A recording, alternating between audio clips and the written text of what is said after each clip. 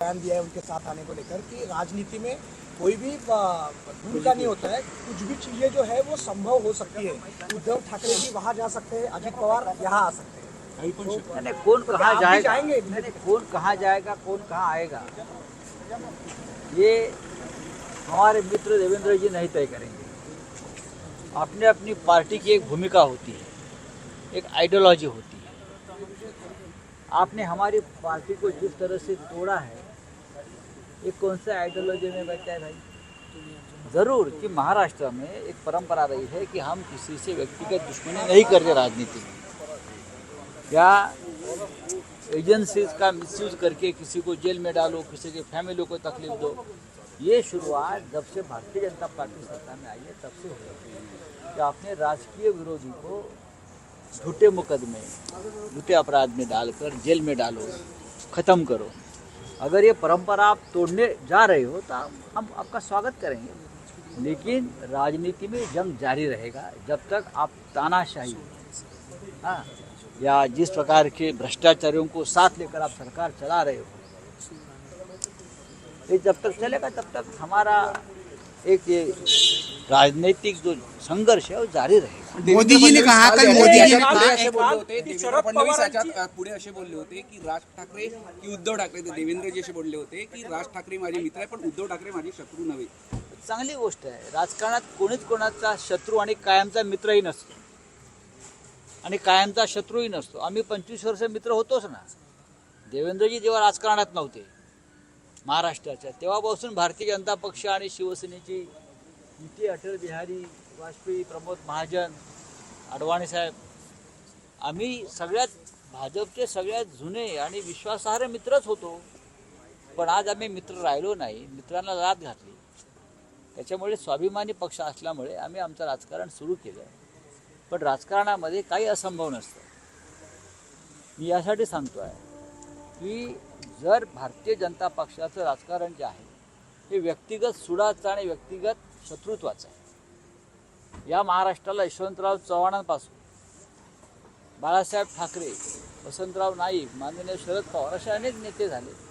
त्यांनी व्यक्तिगत सुडाचं राजकारण कधी केलं नाही, किंवा सेंट्रल एजन्सी, पोलीस यांचा गैरवापर करून आपल्या राजकीय विरोधकांना तुरुंगवास भोगायला लावलं नाही, हे सत्य आहे।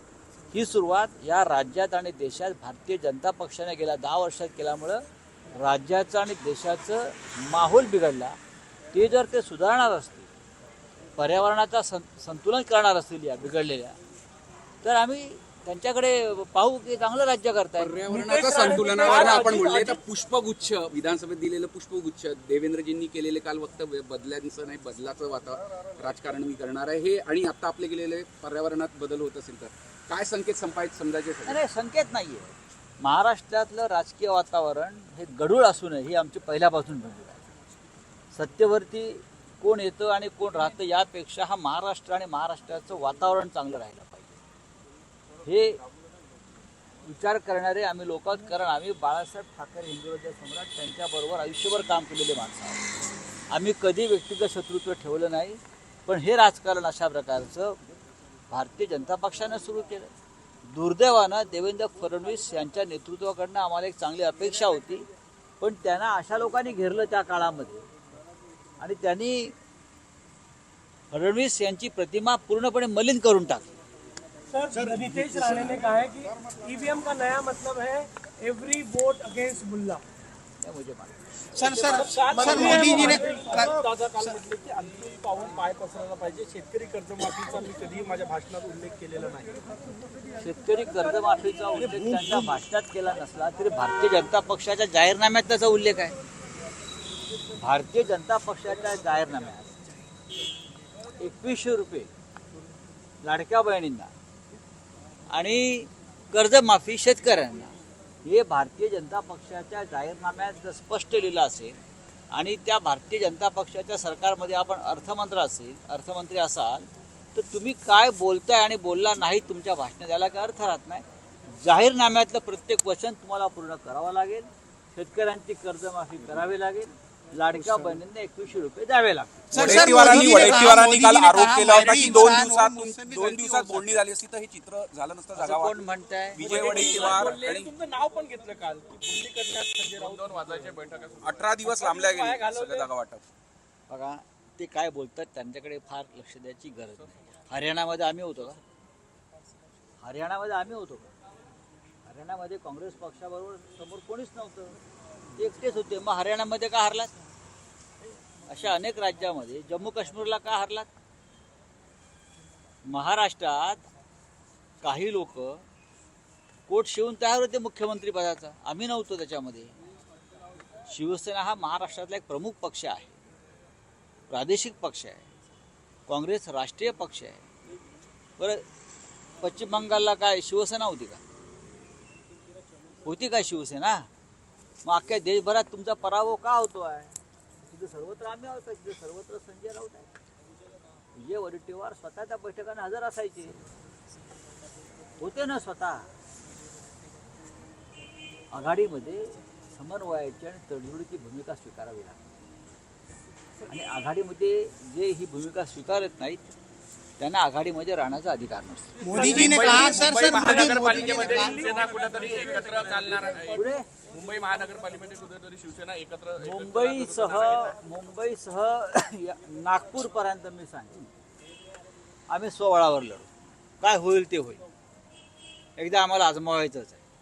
नागपूरला सुद्धा मी स्वबळावर लढणार आहोत. माननीय उद्धवजीने आम्हाला तसे संकेत दिले. आत्ताच मी आमचे या शहराचे शिवसेनेचे प्रमुख प्रमोद मानमोडे यांच्याशी चर्चा केली, शिवसेना शहर प्रमुख.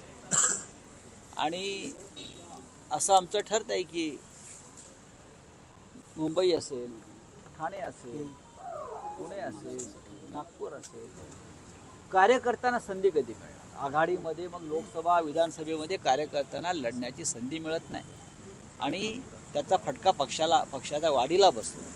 महानगरपालिका, जिल्हा परिषद आणि नगरपंचायतीमध्ये स्वबळावर लढून आपापले पक्ष मजबूत करावे. मोदी जी ने कहा है कि मैं भी इंसान हूँ, मुझसे भी गलती हो सकती नहीं, है. मैं उनको इंसान मानता नहीं, वो भगवान है.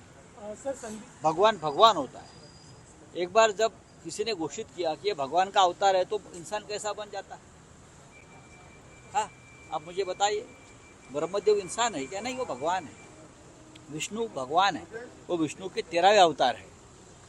तो अब जो अवतारी है, जिसको अवतार माना गया है, वो खुद बोल रहा है मैं इंसान हूँ, कुछ गड़बड़ है, केमिकल लोचा है.